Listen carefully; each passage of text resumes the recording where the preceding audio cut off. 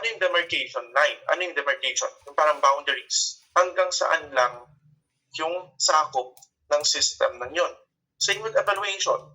Diba? Anchored pa rin siya sa objectives ninyo eh. With evaluation, ang sakop lang ng evaluation ko is functional suitability and performance efficiency. Other parameters, hindi na kasi according kay ganito, pwede naman na hindi ko siya gamitin. Ganyan. So, ano yung sakop ng every objective ninyo? Anchored pa rin sa scope and limitations doon. Then, tsaka si limitations. Based sa scope ng yon, what will be the limitations of the study? Kasi yung limitations ninyo, these are, halimbawa, features or things that are expected to be included in your study, but due to resource constraints, hindi na pwedeng mangyari or hindi nyo na magagawa. Kaya you have to include still yung limitations. Ano yung mga bagay ng yon na supposedly part pa rin ng study ninyo but hindi na siya kaya because of time constraint, budget constraints, or whatever constraint that you have. So all of the constraints will be included in the limitations as well. Okay? Next is for the definition of terms. Okay. One thing that I also observed with your paper is your sections. Walang mga introductory paragraph yung mga sections ninyo. Halimbawa, ito, section ng definition of terms. Always assume na maghahanap ng introductory paragraph ang panel. Example. Ito. Meron dapat lagi ng definition of term, ng introductory paragraph. For example, this one. To provide a better comprehension of the key concepts, technologies, and techniques mentioned throughout the study, the following words are defined. So, ito na yung mga words. And as you can see here, ang treatment doon sa terms or doon sa pag-define ng mga terms is still nakaparagraph pa din. Hindi siya bulleted na number 1, Agile Scrum Methodology. Number 2, Barangay Event Management System. No. It should still be presented in paragraph form. Naka-highlight lang talaga or naka-bold lang talaga yung mga terms na dinidefine ninyo. But still, paragraph form pa rin siya. Or parang naka-sentence pa rin siya. Another thing, it should be operationally defined. Ibig sabihin, hindi dapat generic yung definition niya. Kung ano yung definition niya ng pagkakagamit ninyo ng term ng yon throughout the study, it should be the definition included in the definition of terms. Kaya nga nakalagay dito. Kaya nga may definition of terms. Kasi dito natin dinidefine kung ano yung meaning natin when we use this word. Kaya operational definition, hindi siya generic definition. Okay, also, it should be presented in alphabetical order. Kung ano yung ABC, basically. Okay? Also, include all the unfamiliar terms for non-techie people. Yun nga yung comment ko sa inyo. From your title, your objectives, your method, your results, lahat ng mga unfamiliar terms sa tingin ninyo na hindi maintindihan ng non-techie people, you should define it. Like, ito diba? Sa example na to, even the methodology used was defined. The system was defined. Even the barangay officials are defined. Kasi, what if international readers, hindi naman nila alam kung ano meaning ng barangay officials? The bandilyo, the classification, event management, the parameters, even the actual metrics itself, the parameters itself, yun, everything must be defined. And then we have the conceptual framework. Again, introductory paragraph. You have to include an introductory paragraph. Yan. Ito, meron silang introductory paragraph. Ano yung ipipresent ninyo and ano yung andyan. Okay? So, nakalagay naman dito kung ano dapat yung laman ng conceptual framework, and we also have an example here. When it comes to the conceptual framework, the input will be the data requirements, the technical requirements, the hardware software requirements. Yan yung nakalagay kay input. Ito example lang naman to. But you can present it as well like this.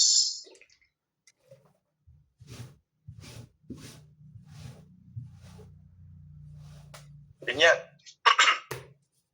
So you can see here, we have the hardware requirements, the software requirements, and the data requirements.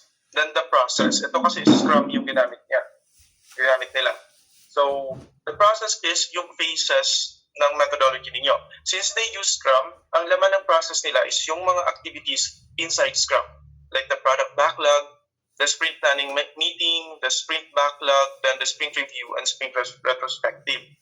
Then for their input, diba, they have there ano yung kailangan for hardware, anong kailangan for software, but ano lang, yung major components needed. Then the data requirements itself. Then the output is the system itself. You could also add there the term functional and evaluated or developed and evaluated kasi so objectives niyo, di ba, is nag-develop kayo, nag-evaluate kayo. So it can also be included in your output. But the output basically is your system. Magagawa yung system kapag merong ganitong input and yung input ng to in-undergo ng ganitong process. Yan yung idea ng conceptual framework. Also, the captioning.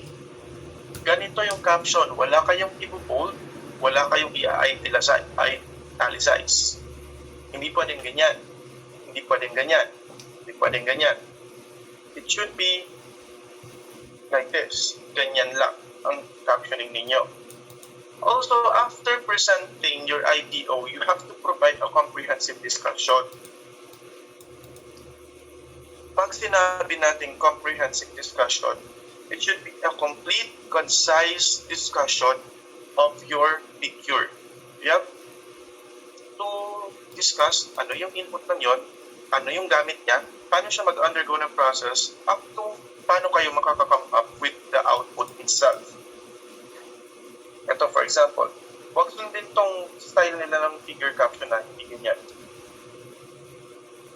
From the input, the output, ito na pala yung ano niya din, the feedback. Input, ito yung process, included na din pala. Yan. Hindi naman kailangan mahaba yung discussion dito. As long as we will be able to understand kung ano yung figure ng to. Yun lang naman yung importante with the discussion eh. A comprehensive discussion of your figure. But, if yun nga, yung tip ko sa inyo is, if halimbawa masyado nang mahaba yung nagagawa ninyo, for now, okay lang muna yan. Hayaan nyo yung panel na mag-comment about it. Kasi mas okay na binabawasan siya kaysa dinadagdagan. Okay, for chapter 2. Most of you naglalagay ng ganito. Ganito pa rin yung nakalagay. Yung iba naman, ganito yung gagawin. Thematic area 1. Barangay systems, for example. Hindi. Kung ang thematic area ninyo is barangay systems, tanggalin nyo na itong thematic area 1. Okay, ganyan, barangay systems. Then discuss all the articles you have reviewed under barangay systems. Dapat ganun lang naman yan eh. Hindi naman kailangan ilagay sa thematic area 1, thematic area 2. Kasi nakalagay lang naman to as placeholder. Ano yung heading ninyo for thematic area 1? Ano yung heading ninyo for thematic area 2? Okay? Ayan. Then again, introductory paragraph. Kayo po yung maglalagay dito ng introductory paragraph ninyo. And even with your thematic areas, dapat meron din siyang introductory paragraph. Tignan natin itong sample natin. Ayan, meron silang introduction ng chapter. Then, ito yung introductory paragraph niya for the event management systems. Yan, what we do. Basically, ang introductory paragraph ng thematic areas kung ano yan eh. So, ito nga, EMS or digital platforms, ito, ganyan. And then, after every thematic area, you have to include a mini synthesis. Makalagay din yan dito. Wala pala siya dito. But, I stated it doon sa comments ninyo. Even sa general comments, andun yun. But, the mini synthesis are short paragraph included after every thematic area na sinasummarize nyo kung ano yung laman ng thematic area ng yun. Alam ko meron tong example natin eh.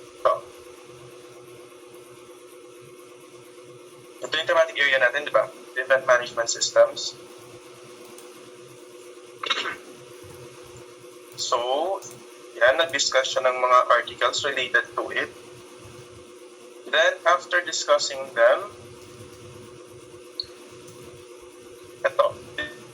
is their mini synthesis. One paragraph lang siya. So you can see, sa mini synthesis, wala na siyang citation. Ang nakalagay na lang sa kanya is kung ano yung mga nireview niya. So, the reviewed literature highlights the growing importance and versatility across sectors such as education, innovative infrastructure, ganito, ganyan. It is just a summary of what you have learned or what you have reviewed. Yun lang naman yung nakalagay sa mini synthesis. Very particular si Ma'am Andrea naman yung naghahanap din nito. Kasi nagiging guide nyo din to, si mini synthesis, on how you are going to present your synthesis later on. So dito pa lang, kung pwedeng maayos nyo na yung mini synthesis ninyo, then mas okay. Same with other thematic areas. Meron din ata itong pangalawa. Ito din. Ito yung mini synthesis niya. And then, the other, sa evaluation naman,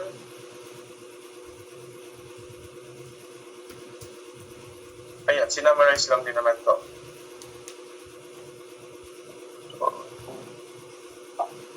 Then for the synthesis, ito, kung pwede, sundin nyo na lang dito yung nakalagay na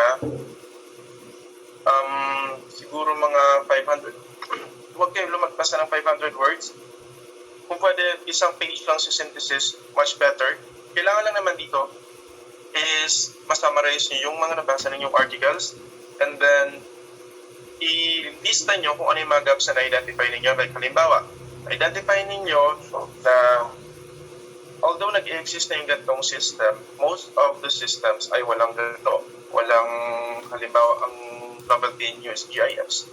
Walang GIS, pero meron silang ganito. Meron silang ganyan, pero wala silang dito. Those are the gaps. Then, those gaps should be addressed by your system. Huwag kayo maglalagay ng gap na hindi masasagutan ng system ninyo. Your gaps must be answered or addressed by your system, yung dinidevelop ninyo sa study ninyo. Yun yung mag-prove na merong novelty. So, yung mga gaps lang yun sa taas, yung na-identify yung gaps na sa article sa taas, must be included or stated dito sa synthesis na to.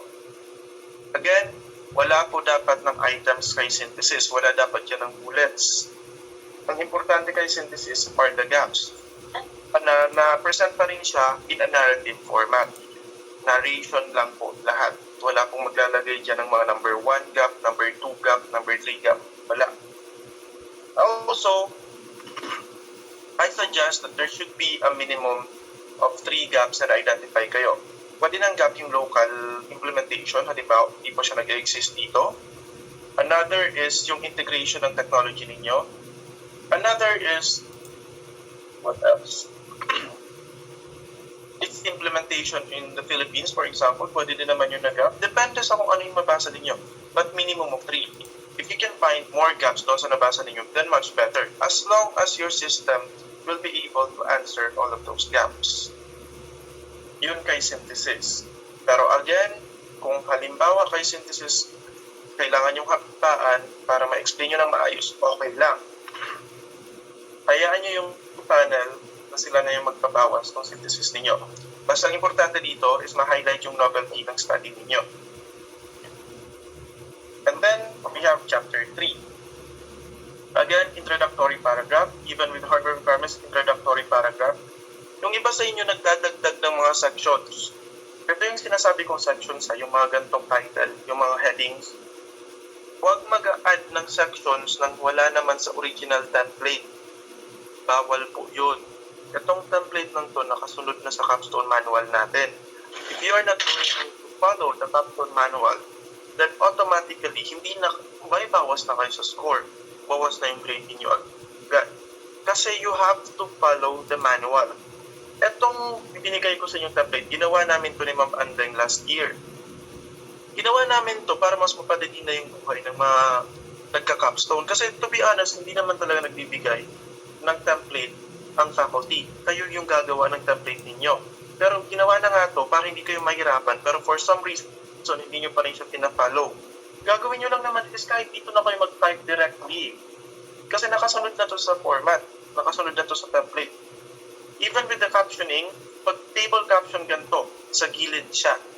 Sa figure naman dito sa baba, naka-gitna.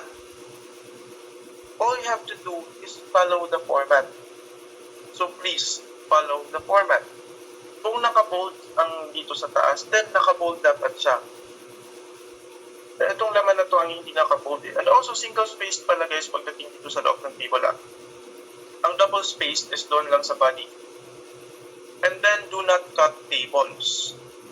Kung pwede, i-view nyo siya sa sarong page, i-view nyo lang siya sa sarong page. But never cut tables. Kung kailangan nyo talaga mag-cut ng table, halimbawa, hindi siya kasya sa one page talaga, you have to repeat the header rows. Ito. Andito lang naman yan sa table layout. Repeat header row. Itong sa gilid, itong sa taas ng to.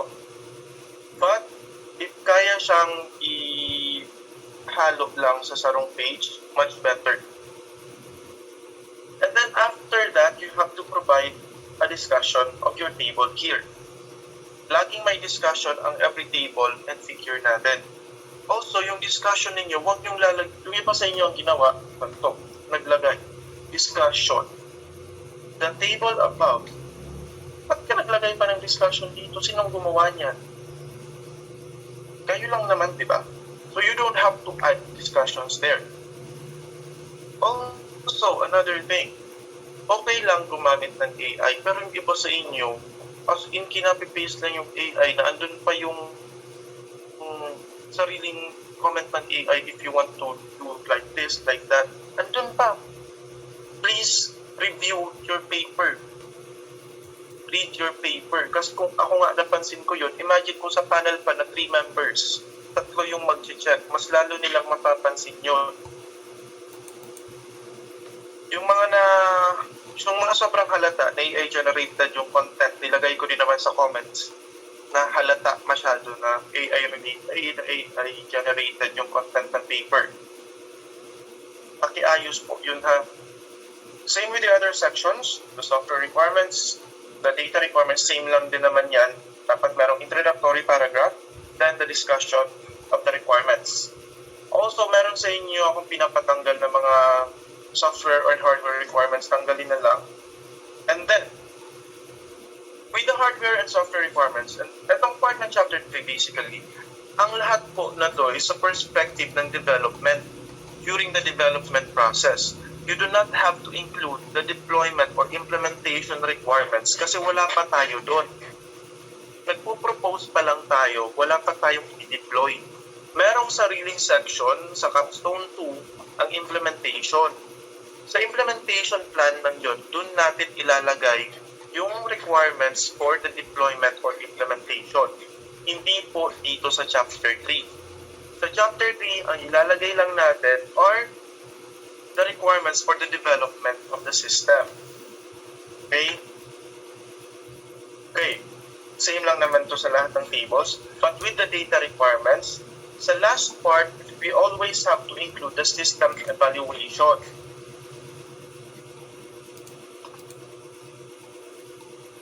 Okay. Then the source of data is the technical experts or the end users or kung anong tawag ninyo and technical experts. The data gathering technique will be survey. Instrument is the survey questionnaire ninyo. And data processing is frequency count and weighted mean. Na-discuss ko na to during our class after ng midterm period, but for some reason, hindi pa rin siya sinusunod ng ibang grupo. Please, you have to include this kasi part ito ng objectives ninyo. If you do not follow this, if you do not include this, magiging comment lang naman yan sa inyo ng panel kasi required po yan ilagay kasi part yan ng objectives ninyo. The other constructs or the other variables na nilalagay natin dyan are the data requirements pagdating sa other objectives natin. Like I said, the objectives serves as your guide on the development of the study or of the system, on the conduct of the study itself. Kaya nga, yun yung sinusundan natin na dapat maayos muna si objectives before we continue with the rest of the paper. Keep in mind na proposal defense to. Kapag hindi kayo na-approve sa proposal defense, maa-INC kayo. And then, you're going to start from the beginning. Title defense ulit kayo. And imagine kung inano kahayawit yung process na yun, di ba? So, kung ayaw nyo na maranasan yung redefense or ma-reject yung proposal ninyo, kasi pwede pa yan ma-reject. Title defense does not mean na okay na yung study ninyo. Pwede pa yan ma-reject pagdating ng proposal. Halimbawa, okay, na-approve nga yung title ninyo, pagdating sa proposal defense, hindi nyo siya na-depensa ng maayos, hindi nyo naintindihan yung process, then automatically, failed yan. Uulit na naman kayo ng title. Start na naman kayo from scratch. So kung pwede pong ayusin na natin yung paper ngayon, ayusin na natin. Ang dami-daming nag-fail sa proposal defense, even last year. Magtanong kayo sa mga fourth year, madaming nag-fail pagdating sa proposal defense kasi hindi naiintindihan yung process. You have to understand the existing process of the organization and you have to be able to provide a solution complementing or following the existing process nila or making it better. Okay? Hindi tayo magdadagdag ng trabaho sa end users natin. We're going to solve the problems that they encounter almost every day. Then the user requirements. The user requirements, lagay lang dito kung ano yung mga major module na hinihingi ng users natin. So, ang proposal kasi magagawa natin to kung nag-interview na tayo dun sa end users natin. So, kung hindi tayo nag-interview, hindi natin magagawa ang proposal. Trust me, kapag walang interview, hindi nyo masasagot ang questions ng panel, hindi nyo ma-depensahan ng maayos ang paper or ang proposal ninyo. Kaya make sure na nag-interview na kayo before you create your proposal. Okay, yun yung